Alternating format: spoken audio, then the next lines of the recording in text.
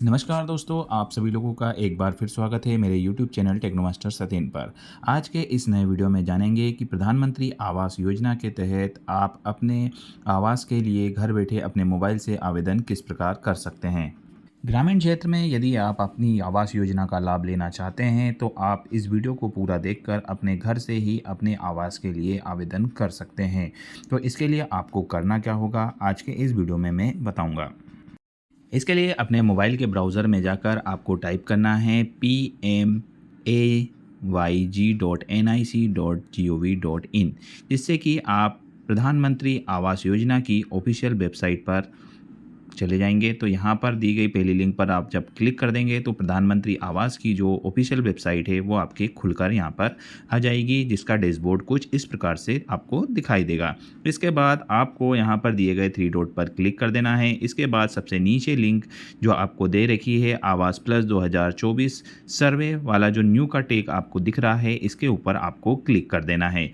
जैसे ही आप इसके ऊपर क्लिक करेंगे तो download APK for e-KYC and सर्वे का ऑप्शन आपको दिखाई देगा। तो यहाँ पर आपको 2 लिंक दे रखी हैं, जिसमें आपको आधार फेस आरडी सर्वे, जिसके लिए आपको आधार से अपनी फेस ई-केवाईसी करनी है, उसकी एक लिंक दे रखी है, जिसका ऐप आपको यहाँ पर इंस्टॉल करना है। और दूसरा लेटेस्ट ऐप वर्जन फॉर आवास प्लस 2024, इसको आपको अपने मोबाइल में डाउनलोड कर लेना है। इन दोनों ही ऐप के माध्यम से आप अपने आवेदन को कर पाएंगे। तो सबसे पहले आपको आधार फेस आरडी वाला जो ऐप है उसकी दी हुई लिंक पर क्लिक कर देना है, जिससे कि आपका जो आधार की सर्विसेज है जिसके माध्यम से आप अपनी फेस ई-केवाईसी कर पाएंगे, वह आपके मोबाइल में डाउनलोड हो जाएगा। तो आप जैसे ही इसके ऊपर क्लिक करेंगे तो आधार फेस आरडी वाला यह ऐप आपको दिखाई देगा। मेरे मोबाइल में ये पहले से डाउनलोड है, इसलिए आपको यहाँ पर अनइंस्टॉल का ऑप्शन दिखाई दे रहा है। ये आपको अपने मोबाइल में कहीं पर दिखाई नहीं देगा, लेकिन जब आप इसका इस्तेमाल करेंगे इस ऐप के अंदर तो ऑटोमेटिक आपका यह ऐप ई-केवाईसी के लिए ओपन हो जाएगा। अब इसके बाद आपको अपना जो आवास प्लस वाला जो ऐप है उसे अपने मोबाइल में इंस्टॉल करना रहेगा। तो जिसके ऊपर आप क्लिक करेंगे तो उसकी एपीके फाइल आपके मोबाइल में डाउनलोड हो जाएगी। इसके बाद उस एपीके फाइल पर आपको क्लिक कर देना है, जिससे यह ऐप आपके मोबाइल में इंस्टॉल हो जाएगा। इसके बाद आपको इस ऐप को ओपन कर लेना है। ओपन करने के बाद अपनी भाषा का चयन आपको यहाँ कर लेना है कि किस भाषा में आप इस ऐप का इस्तेमाल करना चाहते हैं। उसके लिए आपको इस पर क्लिक कर देना है और ओके करके जितनी भी परमिशन इसके द्वारा मांगी जा रही हैं वह सभी परमिशंस आपको यहाँ पर अलाउ कर देना है। इसके बाद यहाँ पर ऊपर दिए हुए ऑप्शन असिस्टेंट सर्वे और सेल्फ सर्वे में से आपको सेल्फ सर्वे का चयन कर लेना है। इसके बाद अपना आधार कार्ड नंबर आपको यहाँ पर दर्ज कर देना है। आधार कार्ड नंबर दर्ज करने के बाद आपको दिए गए ऑप्शन अथेंटिकेशन पर क्लिक कर देना है। अब यहाँ पर आपका जो फेस अथेंटिकेशन वाला ऐप है काम करेगा, जो कि आपका फेस का अथेंटिकेशन यहाँ पर किया जाएगा और आपका एक फ़ोटो कैप्चर कर लिया जाएगा। जैसे ही आपका फ़ोटो कैप्चर होगा तो आपकी फेस ई-केवाईसी यहाँ पर कंप्लीट हो जाएगी और आपकी डिटेल यहाँ पर शो होने लग जाएगी, तो जिससे आपकी ई-केवाईसी की प्रोसेस यहाँ पर कंप्लीट हो जाएगी। अब आपको यहाँ पर अपनी लोकेशन का चयन करना है, जिसमें आपको अपने राज्य का चयन करना है, अपने ज़िले का चयन करना है, अपने ब्लॉक तहसील का चयन करना है, आपकी ग्राम पंचायत कौन सी लग रही है उसका आपको चयन करना है और आपका जो विलेज है उसका चयन आपको यहाँ पर करके प्रोसीड बटन पर क्लिक करना है। अब यहाँ पर आपकी डिटेल ऊपर शो होने लग जाएगी, आपका नाम, आपकी पंचायत का नाम, आपकी डिटेल यहाँ पर शो होगी। इसके बाद आपको एडिट सर्वे वाला जो टैब दिख रहा है सबसे फर्स्ट में, उसके ऊपर आपको यहाँ पर क्लिक कर देना है। जैसे ही आप इस पर क्लिक करेंगे तो एक सर्वे के लिए टैब खुलेगा। उसके बाद आपकी नेक्स्ट स्टेप रहेगी आपको अपने सर्वे को अपलोड कर देना है। तो जैसे ही मैं यहाँ पर ऐड सर्वे पर क्लिक करूँगा तो एक फॉर्म हमारा यहाँ पर ओपन होकर आ जाएगा। इस फॉर्म के अंदर हमें हमारी पर्सनल जानकारी ऐड करना है। Name of the head, family में आप किसके नाम से प्रधानमंत्री आवास लेना चाहते हैं उसका नाम आपको लिखना पड़ेगा। उनका आधार कार्ड नंबर आपको यहाँ पर देना पड़ेगा। आपका जॉब कार्ड जो है उसका मनरेगा का जो जॉब कार्ड है उसकी डिटेल आपको यहाँ पर डालनी पड़ेगी। उसके बाद जेंडर की जानकारी, सोशल आपकी जो कैटेगरी है उसकी जानकारी आपको यहाँ पर डालनी पड़ेगी तथा एज की जानकारी आपको यहाँ पर दर्ज करनी रहेगी। इसके बाद अपनी जो बची हुई डिटेल हैं, जैसे कि आपका मैरिटल स्टेटस क्या है, आप शादीशुदा हैं या आपकी भी शादी नहीं हुई है, तो वो जानकारी आपको यहाँ पर डालनी पड़ेगी। यहाँ पर आपके फादर हस्बैंड का नाम, यदि आप शादीशुदा हैं, महिला हैं, तो आपको अपने हस्बैंड का नाम यहाँ पर दर्ज करना रहेगा, या अदरवाइज़ आपके फादर का नाम आप यहाँ पर दर्ज करेंगे। अपने मोबाइल नंबर का जानकारी आपको यहाँ पर दर्ज करनी रहेगी। इसके बाद आपको यहाँ पर अपना मोबाइल नंबर, अपनी लिटरेसी की जानकारी, आप पढ़े लिखे कहाँ तक हैं, उसकी जानकारी आपको यहाँ पर दर्ज करना रहेगी। उसके बाद आपके परिवार का व्यवसाय क्या है, उसकी जानकारी, या आपका व्यवसाय क्या है, वो आपको यहाँ से सिलेक्ट कर लेना है। जो भी कैटेगरी में आप आ रहे हैं उसे आपको यहाँ से सिलेक्ट कर कर डाल देना है। इसके बाद आपको आपके परिवार में कितने सदस्य हैं उनकी जानकारी आपको दर्ज कर देनी है। उसमें आप अपने आप को भी इंक्लूड करना पड़ेगा, जो फैमिली हेड है उनको इंक्लूड करके परिवार में कुल कितने सदस्य हैं वो संख्या आपको यहाँ पर दर्ज करनी पड़ेगी। इसके बाद यदि आपके परिवार में कोई डिसेबल व्यक्ति है तो आपको उसको आंसर आपको यस और नो में देना है। यदि आपके परिवार में कोई सदस्य गंभीर बीमारी से ग्रस्त है तो उसको यहाँ पर आपको सिलेक्ट कर लेना है। तो यहाँ पर जैसे ही आप इसके ऊपर क्लिक करेंगे तो एक बीमारी की जो लिस्ट है वो आपको यहाँ पर दिखाई देगी। तो इनमें से यदि कोई बीमारी आपके परिवार के किसी सदस्य को है तो वो आपको यहाँ पर सिलेक्ट कर लेना है। यदि नहीं है तो यहाँ पर दिए गए नन वाले ऑप्शन को आप सिलेक्ट कर कर आगे बढ़ सकते हैं। इसके बाद आपको अपने परिवार की जो वार्षिक आय है उसे आपको यहाँ पर दर्ज कर देना। इसके बाद सेव एंड नेक्स्ट बटन पर क्लिक कर कर आपको अपने परिवार के जितने भी फैमिली मेंबर हैं जिनकी संख्या आपने दर्ज की है, ऐड फैमिली मेंबर पर क्लिक कर कर आपको अपने परिवार के सदस्यों की जानकारी यहाँ पर दर्ज करनी रहेगी। तो आप बारी बारी से अपने जितने भी पारिवारिक सदस्य हैं उनकी सभी जानकारी आप यहाँ पर दर्ज कर देंगे।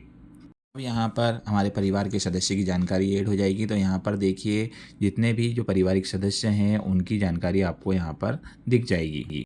अब जिस पारिवारिक सदस्य के नाम से आप आवेदन करना चाहते हैं, जिसे आप बेनिफिशियरी बनाना चाहते हैं, उसके नाम के आगे आपको टिक कर कर प्रोसीड बटन पर क्लिक कर देना है। जैसे ही आप यहाँ पर टिक करके प्रोसीड बटन पर क्लिक करेंगे तो आपको अपने बैंक अकाउंट डिटेल की जानकारी यहाँ पर भरनी पड़ेगी। तो उसमें आपको अपने बैंक पोस्ट ऑफिस का नाम यहाँ पर टाइप सेलेक्ट करना पड़ेगा। उसके बाद उसका नाम आपको यहाँ पर सिलेक्ट करना पड़ेगा, ब्रांच आपको सिलेक्ट करनी पड़ेगी, आपका अपना अकाउंट नंबर यहाँ पर दर्ज करना पड़ेगा। अकाउंट नंबर एक बार फिर आपको कन्फर्म करना पड़ेगा और इसके बाद आपका beneficiary name as per bank post office account, तो जो आपका नाम आपके बैंक अकाउंट में है उसी को नाम को आपको यहाँ पर दर्ज कर कर नेक्स्ट बटन पर क्लिक कर देना है। अब यहाँ पर आपके जो मकान है उससे रिलेटेड कुछ क्वेश्चंस आपसे यहाँ पर पूछे जाएंगे कि आपका जो मकान है आपका स्वयं का है या रेंट के मकान में आप रह रहे हैं।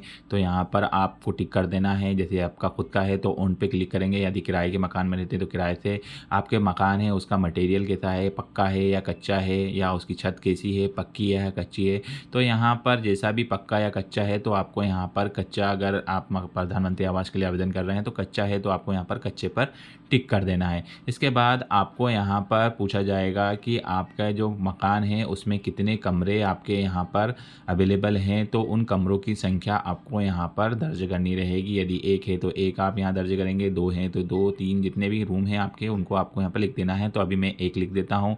इसके बाद आपके यहाँ पर लेटरिन फैसिलिटी मीन्स आपके यहाँ पर है या नहीं है, तो उसको आपको यहाँ पर यस और नो में टिक करना है। तो अभी हम यहाँ पर नो टिक कर देते हैं। इसके बाद आपके परिवार की जो सोर्स ऑफ इनकम है, हाउस होल्ड इनकम है, तो उसे आपको यहाँ पर सिलेक्ट करके कि आप क्या गवर्नमेंट जॉब में हैं, आप लेबर हैं, या आपका कोई और जो भी आपका पार्ट टाइम और फुल टाइम डोमेस्टिक सर्विसेज है, तो यहाँ पर आपको सिलेक्ट कर लेना है कि जो भी कैटेगरी में आप आते हैं उसे आपको यहाँ से टिक कर लेना है। तो आप अभी जो मैं है यहाँ पर सिलेक्ट कर लेता हूँ, मैनुअल कैजुअल लेबर वाला ऑप्शन है उसको मैं यहाँ पर सिलेक्ट कर लेता हूँ। इसके बाद अगला क्वेश्चन यहाँ पर रहेगा कि आपके परिवार में कोई वाहन है क्या। तो थ्री व्हीलर या टू व्हीलर, फोर व्हीलर आपके पास है तो आपको यस और नो में यहाँ पर टिक करना है। एग्रीकल्चर के लिए आपके पास कोई वाहन है तो उसको आपको यस और नो में टिक करना है। तो यहाँ पर ज़्यादातर चीज़ें हैं, आप नो में टिक करेंगे तो ही आप इसके पात्रता में आएंगे, अदरवाइज़ आप इसकी पात्रता से बाहर हो जाएंगे। इसके बाद किसान क्रेडिट कार्ड के ऑप्शन है आपके पास है या नहीं है। मेंबर ऑफ गवर्नमेंट एम्प्लॉय, तो यहाँ पर आपको अपने हिसाब से टिक कर देना है। तो यहाँ दिए गए जितने भी क्वेश्चंस हैं उनको आपको यहाँ पर पढ़कर अपने हिसाब से टिक कर लेना है। अब यहाँ पर अगला क्वेश्चन है कि any member on a non agriculture enterprises registered with the government. तो यहाँ पर भी मैं यहाँ पर नो पर टिक कर दूंगा।